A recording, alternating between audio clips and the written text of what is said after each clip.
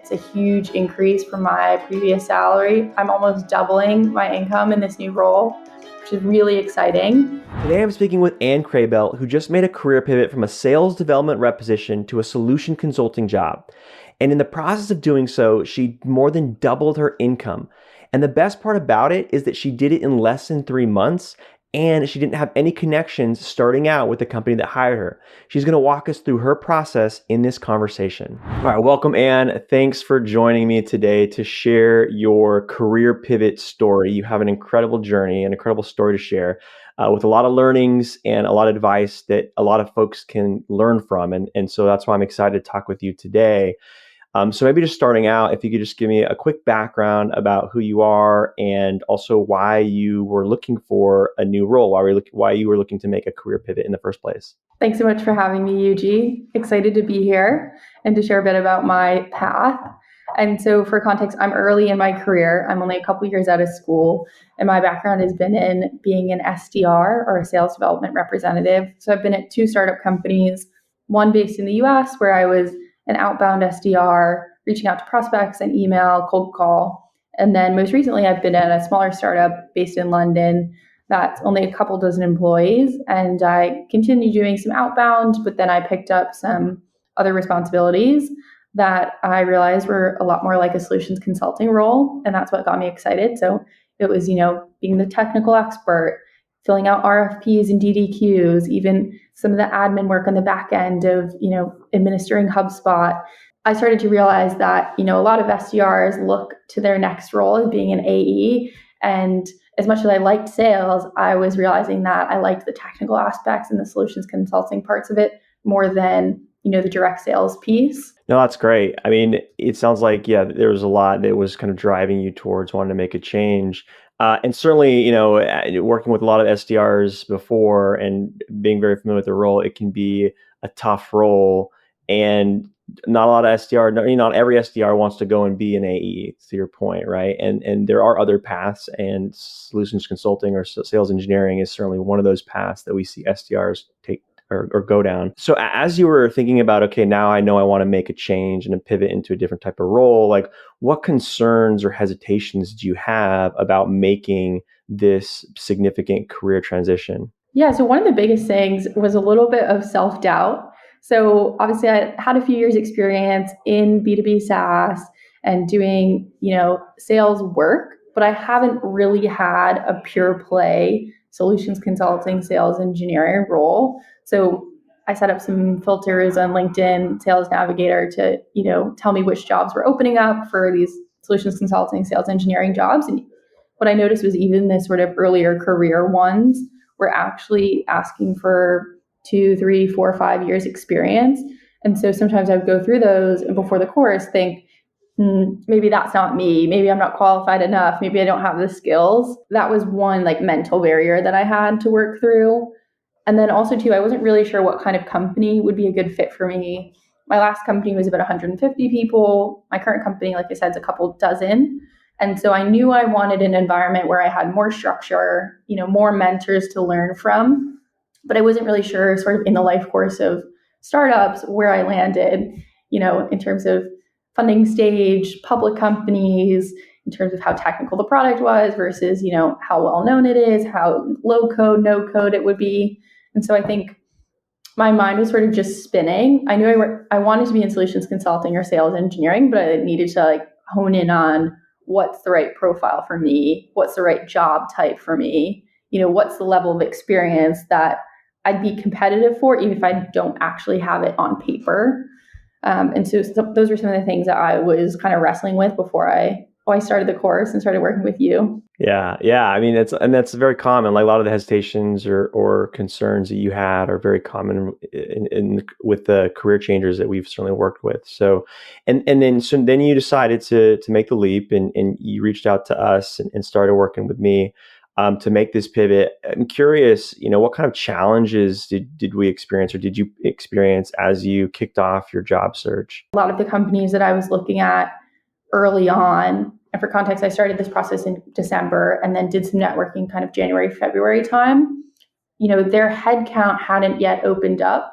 So I focused mostly on just getting to know the companies, getting to know what the role would be like, getting to know the people who would have headcount later in the year and like planting those seeds so that, come Q2 or late Q1, when headcount for later in the year open up, I would be, top of mind, ready to apply for those roles. So I'd say on that front too, just because a company's not hiring doesn't mean they won't hire.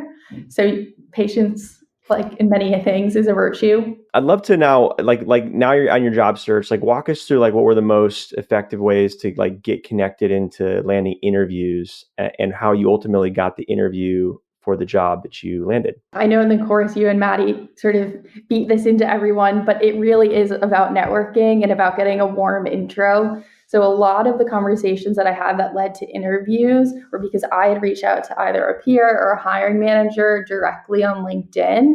And then we had an exploratory conversation that was not always framed as an initial interview, but then often became sort of that exploratory chat where they then passed me on or my application to HR and then put me into a formal process. And for the job that I ultimately landed, I connected with a recruiter through UG over email initially, but I had some other connections into the business. I had previously spoken to a few folks who had made career changes and now work at ServiceNow, mostly from LinkedIn outbound, to be honest. I did some SDRing in my job search. And then I'd also so for context, my job is in the academy program as an associate solutions consultant. So I had spoken to a lot of people at several companies that had done academy programs. And so I think that legwork that I did even before I connected with the recruiter was really helpful in setting me up to be successful and also to, really understand what the role would entail once I got into the first, second, third interview stages. That's great. Yeah. I mean, network is so important. And even if you don't have a network, right? I guess one point I would like to make is that you didn't necessarily have a network in any of these companies that you got interviews with starting out, right? You went and created your network by reaching out to folks, by connecting with people, by finding the hiring manager and reaching out to them. Is that right? Exactly. And there's a snowball effect too that I didn't realize where at a few companies, the person I talked to initially then referred me to someone else in their network, or they referred me to their manager who was hiring for a headcount in a different location. Or there was another conversation that I had with someone who had gone to the same college as me, who had previously left a company, but referred me to one of his peers, who then sent me their internal referral link for the job that I then got an interview for.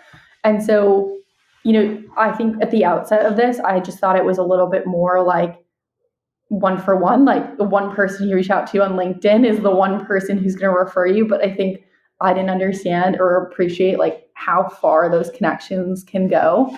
There's lots to be gained from awkwardly messaging people on LinkedIn. That's such a great point. You're right. Networking can really expand and go and in a lot of different directions that you might not expect from some initial conversations. So I'm glad you made that point. Not only that, but a lot of these connections you've made, they're now part of your network for your career, right? You've made relationships with people through these conversations you've had. So it's it's setting a good foundation for your next chapter as a solutions engineer or solution consultant. So I'm really glad that you put the effort into expanding your network. And all those conversations have definitely been helpful in terms of like learning about what all these different folks have done in their careers and in ramping as a solutions consultant. And they're definitely people I will continue to stay in touch with and go back to and ask, okay, now that I've gotten this job, how do I succeed in it? What did you do to ramp well? What did you do to get promoted? How have you changed companies like within the field? So I'm excited for that too. And also to return the favor, hopefully at some point, to everybody who took some short calls with me. Yeah, for sure. That's what it's all about, right? It's helping other people in their career journey as well. And if we all kind of help each other a little bit, then we all get further together. So I love that you brought that up. So now, Anne, I want to understand what you did in the interviews, once you got the interviews, to really stand out and ultimately get the job offer. From what I remember, you were able to get a really high rating on your interviews from your interviewers. They give you really high scores.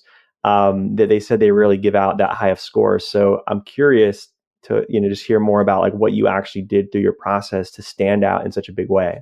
Yeah. So I guess for context, my interview process was a few screening calls and then a final round demo interview with a panel. And so, the prep I did for the first few stages was slightly different than the demo prep that I did for the end. But I'll start with some of the high level things that I think are important at any stage in the process. One thing I did that probably set me apart from some other folks was that I really did some intense research on the company. So this was things like, reading about the founders, reading about their backgrounds, reading about, how they've seen the company grow over the years. I watched some interviews with them. I watched some interviews with the current CEO. I watched a lot of material about that the company had put out about their culture, their different initiatives in terms of culture. And I also looked at RepView, which is a website that sales professionals can use to see what other companies' quota attainment is like and what average salaries are. You have to be a salesperson to contribute to the website to be able to receive the benefit from it. But it's a great resource if you're in the pool of people who might be eligible for it. And then I also listened to podcasts about the product to try to get a sense for, how people at the company are talking about it. So that was the company research phase that I did. And it seems sort of intense, but it really helped me speak to why I thought the company would be a good fit for what I was looking for. And then I also did almost that same level of due diligence on the program itself. So like I said, I did lots of these networking chats. I think the work I did in the company also helped me ask really great questions of the people in the program. And I had probably 4 or 5, maybe even 6 conversations of people who had done the program that I was applying for. And what I did was I took notes on, some key takeaways that I learned from each conversation. And then in the next interview, I tried to ask more questions about something that the previous person had brought up to really understand, not only, okay, how do I get into this program, but where can you go once you get in, once you do it, once you're successful? What are the paths within the company after the initial, 6-month training period? And then in terms of the interviews themselves, I really tried to be authentic, which I know is hard to do in an interview setting. But thankfully, one of the mentors that I had, or one of the chats that I had right before my final round interview, this person reminded me, he was like, just be your authentic self, and that's really going to shine. And this helped me a lot on the demo phase, which was that final interview, because as an applicant, you don't know much about the product, and that's not really what they're testing. You need to know some, yes, about, high level, what problem the product is solving, and, what are some key capabilities. But I think at the end of the day, what they're looking for is how well can you tell a story and how well can you be personable. So part of my demo, I talked about, my cat spilling coffee on my laptop, and it made the interviewers laugh. And it sort of seems like a bit of a joke, honestly, because you wouldn't think in a formal professional setting you'd be talking about a cat. But I love my 2 cats dearly, and I was able to speak very authentically about that experience. And so I think that kind of showed, the panel a little bit about who I was, and also, how I could present and relate to people. And so for the SC role, that's very important. And I think, helped me be successful, especially against some folks who might get nervous or might tense up or, might not come across as a real person in the online format. So those are some things that I tried to focus on. And then last thing too is I did some I went above and beyond for that last demo exercise. So a few days before the demo, I wasn't asked to do this, but I assigned each of the people on the panel a different role to play based on what I thought a realistic scenario might be for the case study that they had sent me. And then I also sent communications to them the day before and the day after, as if I were an SC communicating with prospects. So it was I'm looking forward to the demo tomorrow. If you have any questions, please reach out. Email the day before, and then a follow-up right after the demo that said, thank you so much for participating. Here's what we covered. Here are next steps. And I got really great feedback from the interviewers on that. So I think those are some things that, you can do without much effort that really can set you apart from just the person who goes in and, follows the instructions that the case study includes. Yeah, that's great. I mean, there's a lot there, right? There's a lot of steps that you took, but to your point, it's actually not that much effort. And some of these things can be small, like the pre-interview email, the post-interview email. but or even just adding the personal touch to your or the personal stories to your presentation. Those things are small, but they can really make you stand out, make you memorable, because most candidates, the average candidate, doesn't do all of these things, and they all kind of add up to making you more of a standout candidate. So I'm really glad you walked us through your exact process there. Now, you really impressed them. Like I mentioned, they gave you, I think, fives across the board, which is pretty unheard of, I guess, for their rating other candidates. So they gave you the job offer. So tell us a little about this job offer they gave you. Yeah, so my job offer was a bit unique in that this is an academy role. The salary is pretty fixed, but I was able to get a relocation bonus, which I'm excited about. And it's a huge increase from my previous salary. I'm almost doubling my income in this new role, which is really exciting. Yeah, no, that's great. I mean, it's exciting, right? You're able to double your income effectively with your new role. I mean, that's pretty life-changing and substantial. But not only that, but that's the academy role and the compensation that comes with the academy role, right? As soon as you get out of the academy, you typically get into a standard SC role where your income will increase even further. Because ServiceNow is a really strong company, there's a lot of opportunity to grow and not only earn more, but also just do a lot of really cool things throughout your career, right? Yeah. And I'm excited for the stability piece too, because, like Yuji said, the academy piece of the role is the first 6 months. Then you stay often in your home base office for the next 2 years.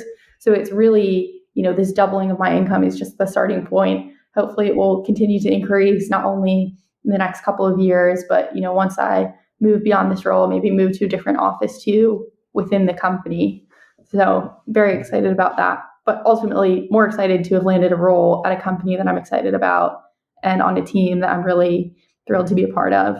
That's just so great to hear. And I'm personally super excited for you because you worked hard for it, and it sounds like a really good opportunity. And I know ServiceNow is a great company, so I'm super excited for you to get started in this. So I guess the next thing I want to hear from you, Anne, is what types of resources would you recommend to others who are looking to make a similar career pivot that you did, similar to what you did? There's a lot here, but I'd say, if you're a part of the Better Careers community, I'd really lean into the group aspect of it. So one thing that I did was I reached out to people on the Discord that I had seen were posting frequently and in a similar position, looking at SC roles and, having chats outside of the group with them and really cheering people on, because I found like having that, community of people really inspiring, because this process is hard. There's no way around the hard that you're all going through. But, seeing people chug away and,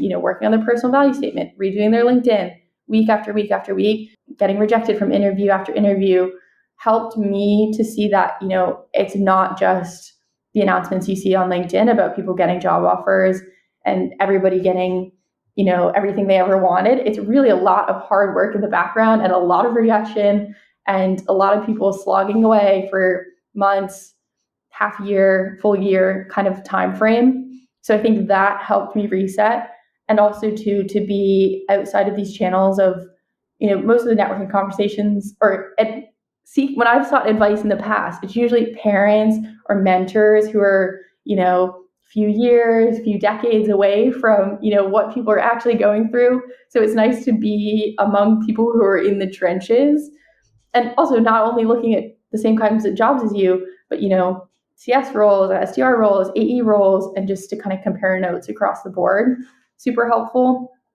And I'd say don't be afraid to ask for help. I found the community to be a great resource. Like 2 days before an interview, if you have a quick question or you're not sure how to reach out to this specific person on LinkedIn, like the granular level of having someone rewrite your call to action in a LinkedIn connection request note I found to be super valuable. And so I know I talked a lot about, the value add of the community piece there, but I do think it's important to mention how, the financial investment is another big piece of this. So for me, looking at the sticker price of the course and the coaching, I was a little bit taken aback, but I think that actually really helped me because it made me want to invest in this. Like I had personally invested pretty significant amount of money to be a part of this community and to do this course. And I think that made me take it seriously in a way that, some of my friends who are also looking for jobs, but in a more casual way, weren't in the same in the same spot. And I remember telling Yuji this at the beginning of the course. I said,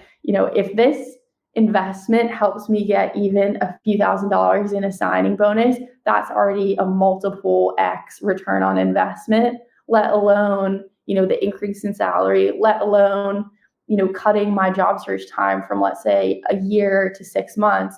That's 6 months of earning close to a six-figure salary or more that, I'll have in my pocket versus if I tried to do this on my own. And I got lucky too. I was planning to get a job by the fall, and I surprised myself in the best way by getting one in just about 3 months.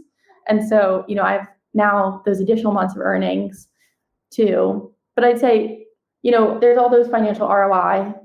There's all different aspects of financial ROI if you're a math person like me. But ultimately, I think the course helped me realize that this process is very achievable. Other people have done it. I can do it too. And, having a bit of structure and encouragement was really what I needed to not make this feel overwhelming and something that I dreaded. And it was actually, something I got excited about, even though, I was working a job at the time that I liked, but I knew I wanted more. So that's a lot there. Hopefully that's helpful. Oh, it's very helpful. And yeah, it was really fun to work with you and as part of the community. I know you were always asking great questions and it was great because you were also working full time a lot too. Like you were very busy when you were going through this program and going through your career transition, and you made it all work and you got it done in about 3 months time to get your job offer. So that was very impressive. I love the story, Anne. Thanks for sharing all of it. The last thing that I'd love for you to leave anybody that's listening with is any final advice that you would have for them now that you've successfully made your career pivot. What advice would you have for anybody looking to make a similar career transition that you want to leave folks with? Yeah, so I'd just say to stick with it. Really, nothing about making a career transition or finding a new job is easy, especially if you're doing it like Yuji said, while you're working full time.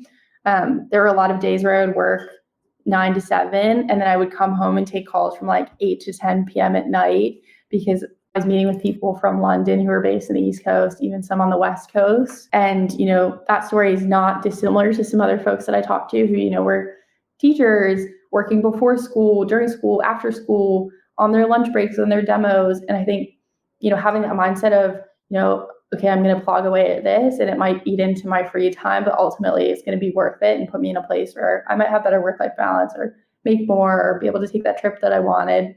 That was really helpful for me. And then the other thing is you just don't know when your yes is going to come, but every no gets you closer. You don't know how many no's that you're going to have in front of you. You can't know, but at least seeing that rejection as redirection can be very helpful. And knowing, you've likely had a job before. You're probably going to get another one soon. It could be this week. It could be next week. It could be next month. It could be next year. But you are on the path, and sticking with it goes a long way. Yeah, no, it's great. Great advice. And so much of it really is about mindset and pushing through and keeps, continuing to step forward. So, well, Anne, thank you so much for taking the time to share your story. I hope it does inspire and also provide maybe some advice to anybody who's looking to make a similar career pivot. So thanks again for joining us today. And we wish you the very best as you start in your new role. Thank you, Yuji. It's been a pleasure. If you're looking to make a similar career transition to Anne, but maybe you don't know where to start or you want to get there way faster, we provide comprehensive programs as well as one-on-one coaching that help you do just that. You can find more information in the description below. Thanks again for listening, and I wish you the very best in your career.